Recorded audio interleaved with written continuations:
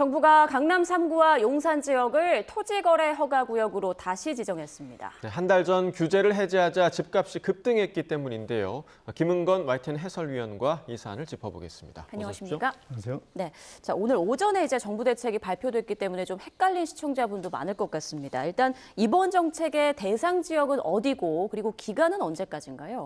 네, 우선 최근 급등, 과열 양상이 나타나고 있는 서울 4개 자치구, 그러니까 서울 강남, 서초, 송파구 그리고 용산구 소재 아파트인데요.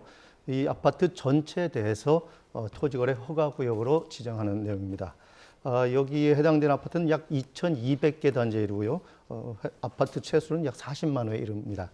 그래서 서울시에서 오늘 도시계획위원회를 열어서 이 토지거래 허가구역 지정 안건을 의결을 했고요. 15회 이제 개재가 됐기 때문에 앞으로 5일 후 3월 24일부터 적용이 됩니다. 그래서 앞으로 9월 30일까지 약 6개월간에 걸쳐서 토지거래 허가구역으로 지정이 돼서 이제 적용이 되는데 필요할 경우는 이 지정도 연장할 수 있다 이렇게 밝혔습니다. 네, 자 기존의 토지거래 허가구역과 합치면 서울 지역 27%에 해당하거든요. 네. 그러니까 이전과 비교해도 좀 대폭 확대됐다 이렇게 볼 수도 있습니까? 네, 그렇습니다. 이번 확대 지정으로 서울 시내 토지거래 허가구역이 기존에 52.8제곱킬로미터 정도였는데 이번에 163.9제곱킬로미터로 대폭 3배가 넘게 이렇게 늘어나게 됐습니다.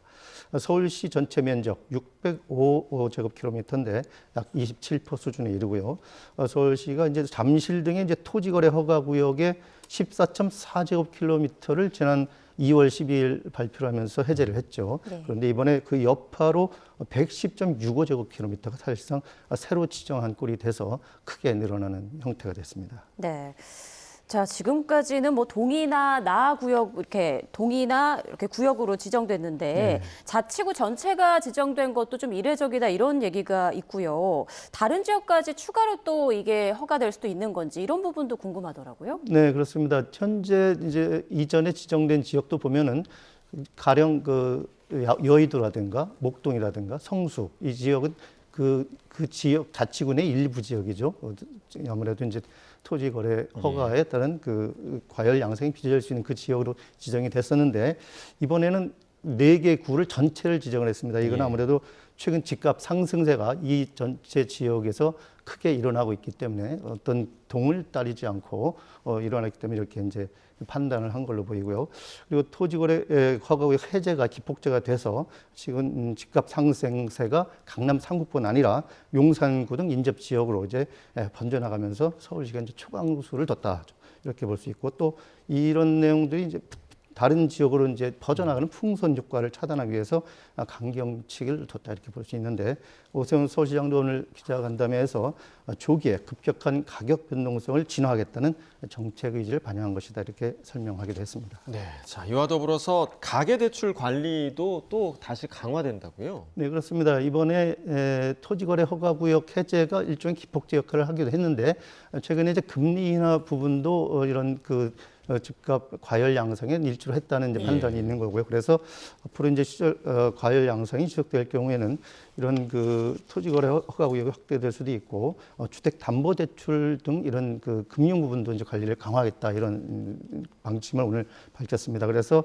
우선 가계대출 지역별로 철저히 모니터링을 해서 서울 강남 3구 등 같은 데서는 주택담보대출 취급 상황을 이제 집중적으로 모니터하겠다 이렇게 밝혔고요.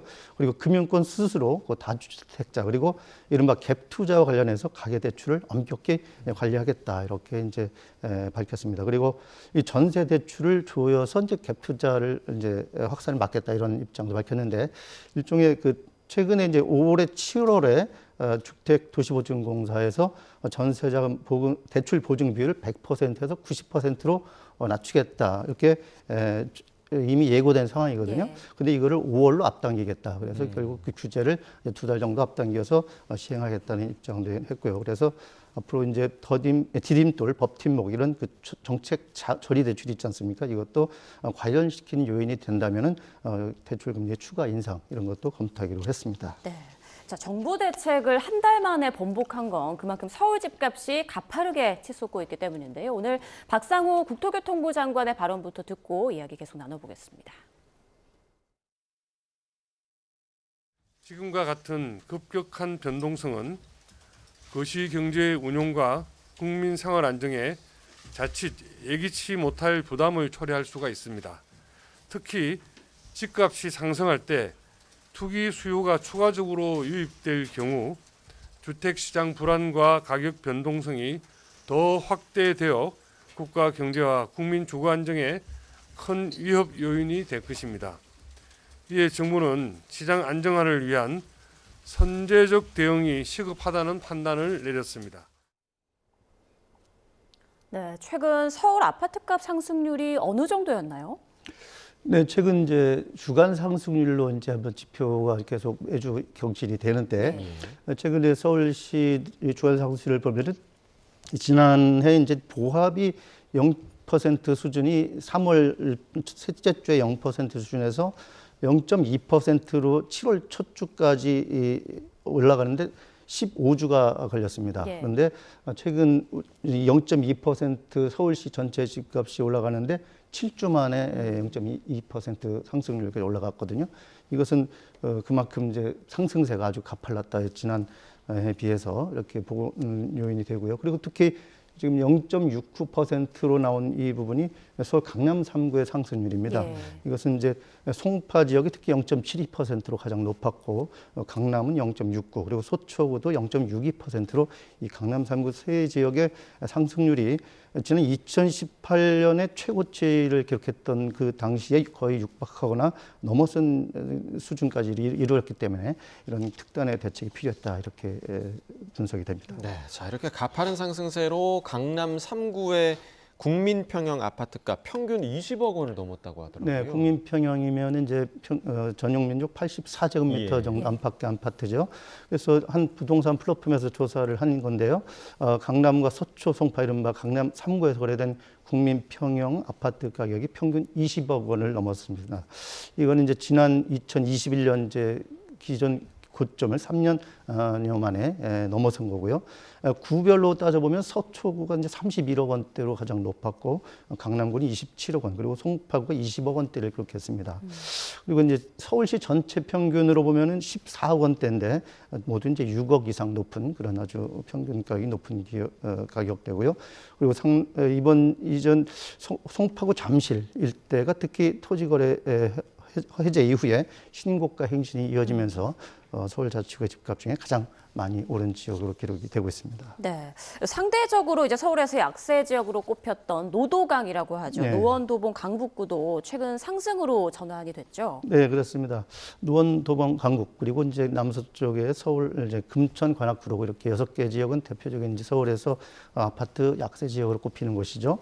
이 지역의 아파트 평균 매매가가 6억 9,900만 원대입니다. 아까 20억대에 비하면 엄청 낮은 수준이긴 하지만 전달과 비교를 했을 때 약 0.18% 오른 수치입니다. 이것도 강남 3구 중가율의 1.17%에 비하면 아주 못 미치는 수준이긴 한데 이들 지역이 지난해 11월 이후에 계속 내림세를 보였었는데 3개월 만에 이제 반등세로 돌아선 겁니다. 이들 지역의 아파트 거래량도 이제 전달보다 50% 이상 이제 늘어난 상황이고요. 결국 이런 최근에 금리 인하와 맞물리고 또 토지거래 허가제 해제 여파가 결국 이런 다른 지역, 서울 지역 다른 지역으로 확산하고 있다 이런 분석이 나오는 겁니다. 네, 자 결과적으로 이제 토지거래 허가제가 재지정이 되면서 정부의 오락가락 정책에 대한 비판도 큰 상황인데요. 서울시가 한 달 전 토지거래 허가제를 해제할 때의 브리핑을 먼저 좀 들어보겠습니다. 지난달에 열린 시민토론회에서 공간, 건축 분야의 규제 완화에 대한 다양한 요구가 있었고 서울시는 이에 대해 토지거래 허가구역의 조정 및 해제에 대한 부분들을 적극 검토하겠다고 말씀드린 바 있습니다. 이에 서울시는 주택시장의 투기 우려가 없는 지역 등에 대해서는 주민의 생활불편 해소 차원에서 과감히 규제를 추진하고자 합니다. 네, 그런데 집값이 급등하면서 서울시 입장이 다시 바뀌는 모양새였는데요. 어제 오세훈 서울시장은 이렇게 말했습니다. 들어보시죠. 실이 지난 일주일 동안 거래가 성사된 물량이 많이 늘었습니다. 이거는 이상 조짐이죠. 이제 그러나 특단의 조치를 취해야 될지를 판단할 정도로 비정상적으로 과도하게 올랐느냐는 판단의 여지가 좀 있습니다. 여하튼 지금 이러한 그 거래량의 변화라든가 가격 상승의 정도를 지금 예의주시하고 있습니다. 네, 결국 한 달 만에 이제 서울시 입장이 바뀌었는데 오세훈 시장의 설명 좀 어떻게 들으셨습니까? 네, 우선 오늘 브리핑에서 최근 이제 부동산 시장 불안에 대해서 오세훈 시장이 심려를 끼쳐서 송구하다 이렇게 소가를 했고요. 특히 이제 잠실과 삼성, 이른바 잠실 대청, 잠삼 대책이라고 하죠. 예. 이 지역에 대해서 집값이 급등한 데 대해서 아주 뼈아픈 실책이다 이렇게 말을 해서 아마 정책 실패를 인정하는 말을 했습니다. 본인의 입장에서는 규제 철폐 차원에서 이제 토지 거래 허가제를 풀었는데 이런 가격 급등 현상이 나타나는 건 정말 뼈아프게 생각을 한다 이렇게 설명하기도 했고요. 그리고 이제 토지 거래 허가제를 해제한 지 한 달 만에 다시 규제 구역을 이제 재지정한 걸 넘어서 이번에 확대 지정이 이루어졌지 않습니까? 여기에 대해서도 조기에 부동산 시장 변동성을 완화하지 않으면은 더 이상 거래가 이제 터질 가능성이 있다 이렇게 설명을 했습니다. 그래서 이번 사안을 전화위복의 기회로 삼겠다 이렇게 말하기도 했습니다. 네, 과연 전화위복의 계기가 될 수 있을까? 이번 재지정과 관련해서도 효과가 있을 것이냐 이 부분에 대한 전망도 좀 엇갈릴 것 같아요. 네, 그래서 일단 이번의 조치가 부동산 시장의 불안을 조기에 가라앉히는 그런 정도로 이제 단기 처방이기 때문에 일단 어느 정도 효과는 있을 것이다 이렇게 이제 시장에서 분석이 나오고 있는데 다만 이제 토지거래 허가 구역을 해제했다가 한 달 만에 다시 이렇게 대폭 확대하는 온탕 냉탕 대처 이런 것들이 정책의 신뢰도를 무너뜨리면서 변동성을 더 키울 것이다 이런 지적도 나옵니다. 특히 오를 대로 오는 강남권의 집값이 오히려 고착화될 것이다 이런 분석도 있고요. 강남 3구와 용산 이 지역이 규제 지역에 대해서 더 오히려 강한 확신을 심어줘서 떨어지지 않을 것이다 이런 분석도 나오고 있습니다. 네, 이번 부동산 정책의 후폭풍이 좀 얼마나 일찍에서 좀 상황을 봐야 될 것 같습니다. 지금까지 김은건 YTN 해설위원과 함께했습니다. 고맙습니다. 고맙습니다.